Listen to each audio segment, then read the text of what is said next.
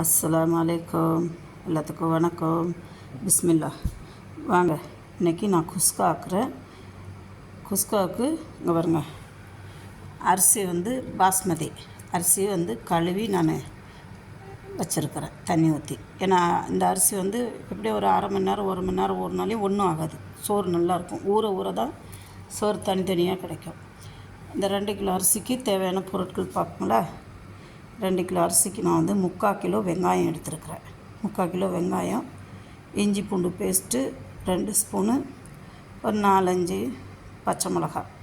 ஏன்னா பசங்க சாப்பிட்றது காரம் ஜாஸ்தி இருக்கக்கூடாதுன்ட்டு கொஞ்சமாக வச்சுருக்கிறேன். அப்புறம் 1/2 கிலோ தக்காளி, ஒரு கைப்பிடி புதினா, ஒரு கைப்பிடி கொத்தமல்லி தழை, இதில் பாதி எலுமிச்சம்பழம் போட்டால் போதும். அப்புறம் இது தயிர், தேவையான அளவு தயிர் எடுத்துக்குவேன். இது நான் என்னோடய இதில் போட்ட இதுலேயும் போட்டிருக்கேன், இந்த பிரியாணி மசாலா எப்படி பண்ணுறதுன்னு. இது 2 கிலோவுக்கு நான் 4 டீஸ்பூன் கரம் மசாலா எடுத்துருக்கிறேன், வீட்டில் செஞ்சது. வாங்க பிஸ்மில்லா, இனி சமைக்கிறது தான். வாங்க பார்ப்போம். வாங்க, பாத்திரம் வச்சாச்சு. பிஸ்மில்லா. தேவையான அளவு எண்ணெய் ஊற்றுறோம். பாத்திரம் காஞ்சிருச்சு, எண்ணெய் ஊற்றியாச்சு.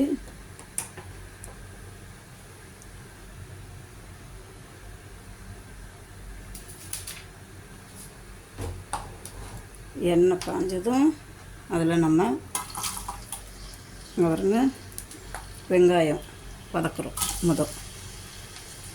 குஸ்காவுக்கு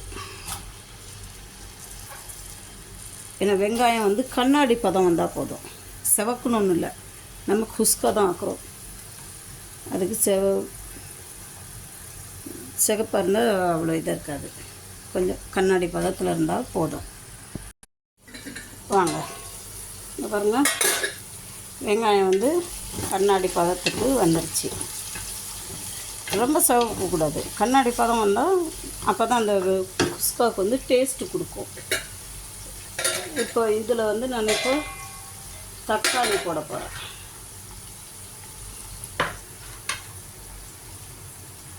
தக்காளி போடுறதுக்கு ஏன்னா நான் ஒரு ஆளை தானே எடுக்கிறோம், அதனால் கொஞ்சம் டிஸ்டர்பன்ஸ்.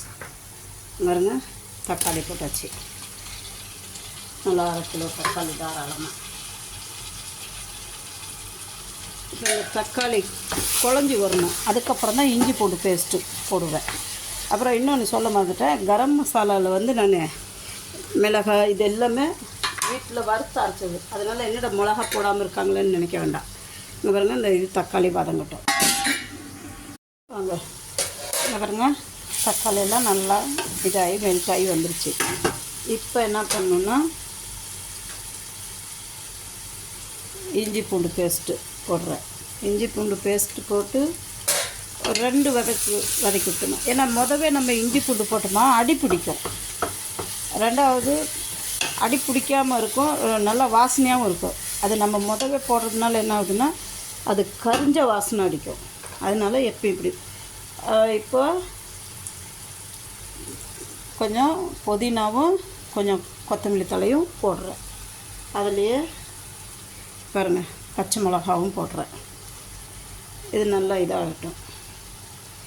1 by 1 போட்டு செஞ்சு பாருங்கள், அவ்வளோ சூப்பராக இருக்கும். இப்போ இதை நல்லா வதக்கி விடணும்.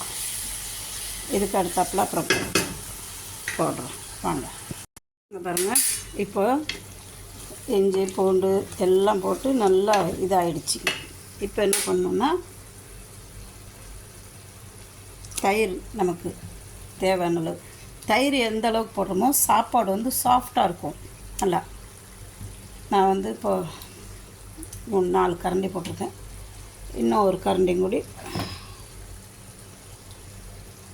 போட்டுக்கலாம். ஏன்னா ஒரு கையில் கேமரா பண்ணிக்கிட்டு ஒரு கையில் இது எடுக்கிறப்போ கொஞ்சம் உங்களுக்கு கச்சமச்சன்னு இருக்கும். எனக்கு தெரியலைன்னா சொல்லுங்கள். இந்த தயிர் போட்டப்பயே நான் இங்கே பாருங்கள், வீட்டில் அரைச்ச பிரியாணி மசாலா இதையும் இதிலே போட்டுறேன். போட்டுட்டு இது ஒரு 5 நிமிஷம்.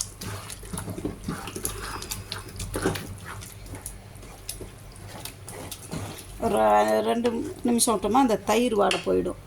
அப்புறம் பாருங்கள், இங்கே நான் வந்து தண்ணி ஆல்ரெடி அரிசிக்கு சாப்பாட்டுக்கு கொதிக்க வச்சுருக்கேன். பாருங்கள், எல்லாம் மசாலாலாம் போட்டு எல்லாம் எண்ணெய் பிரிஞ்சு வந்துருச்சிங்களா. இப்போ என்ன பண்ணணும், இந்த ஸ்டேஜில் எலுமிச்சம்பழம் பாதி,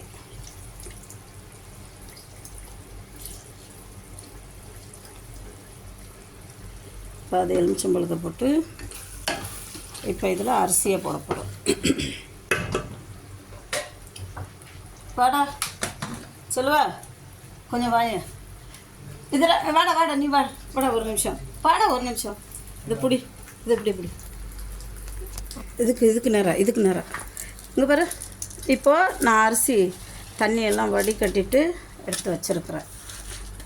அதுக்குள்ளே தம்பி வந்தான், எனக்கு கொஞ்சம் ஹெல்ப் கொஞ்சம் ஆயிடுச்சு. இந்த இதில் இப்போது ஒரு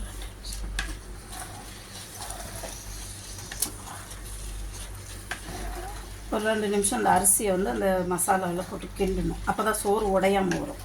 பிரியாணி குஸ்காவுக்கு வந்து சோறு நல்லா பழப்பழன்னு வரும். நெய் வந்து கடைசியாக தான் ஊற்றணும். சாப்பாடு இறக்க போகிற நேரத்துக்கு தம் விடுறோம்ல, அப்போ போட்டால் தான் நெய் நம்ம பிரியாணிக்கு சாப்பாடு அந்த நல்லா வாசனையாக இருக்கும். அதுக்கு முன்ன போட்டுட்டு அந்த நெய் வாடையே போயிடும். பார்த்தீங்களா? இப்போ நான் இதை கிண்டி விட்டு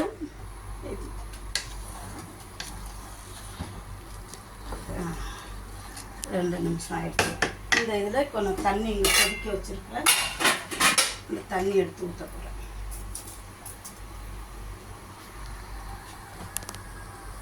தேவையான அளவு தண்ணி.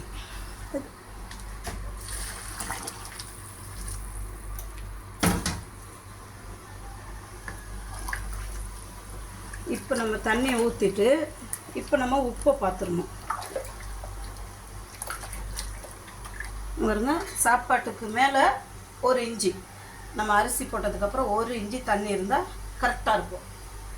எனக்கு கை அளவு தான் தெரியும், இந்த அளந்து ஊற்ற தெரியாது. இந்த இதில் பக்குவத்தில் வந்து நம்ம உப்பு கொஞ்சம் பார்த்துக்கலாம். இல்லை 2 உப்பு போடணும். பாருங்க,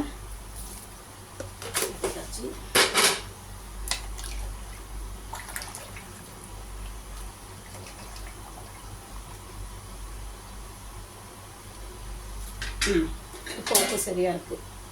இப்போ மூடிடுவோம். அப்போ பிரியாணி அப்போ பாருங்க. இப்போது இந்த பாருங்க, இப்போ நான் வந்து தம்மு போட போகிறேன். தம்மு போடுறதுக்கு அதில் கொஞ்சோண்டு புதினாவும் கொத்தமல்லி தழையும் எடுத்து வச்சுருந்தேன்ல அதை போடுறேன்.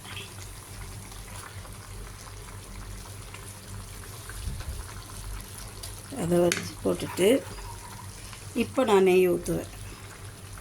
இப்போ கொஞ்சம் நெய்யும், அப்புறமா இறக்க போகிற நேரத்தில் கொஞ்சம் நெய் விட்டுருவேன். நெய் விட்டு கிண்டிட்டோம்னா செம்மையாக இருக்கும்.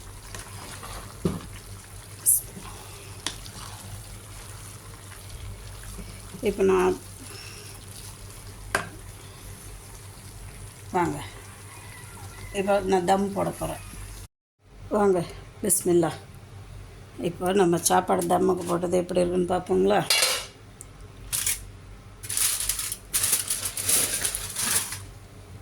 பாருங்க எப்படி இருக்கு.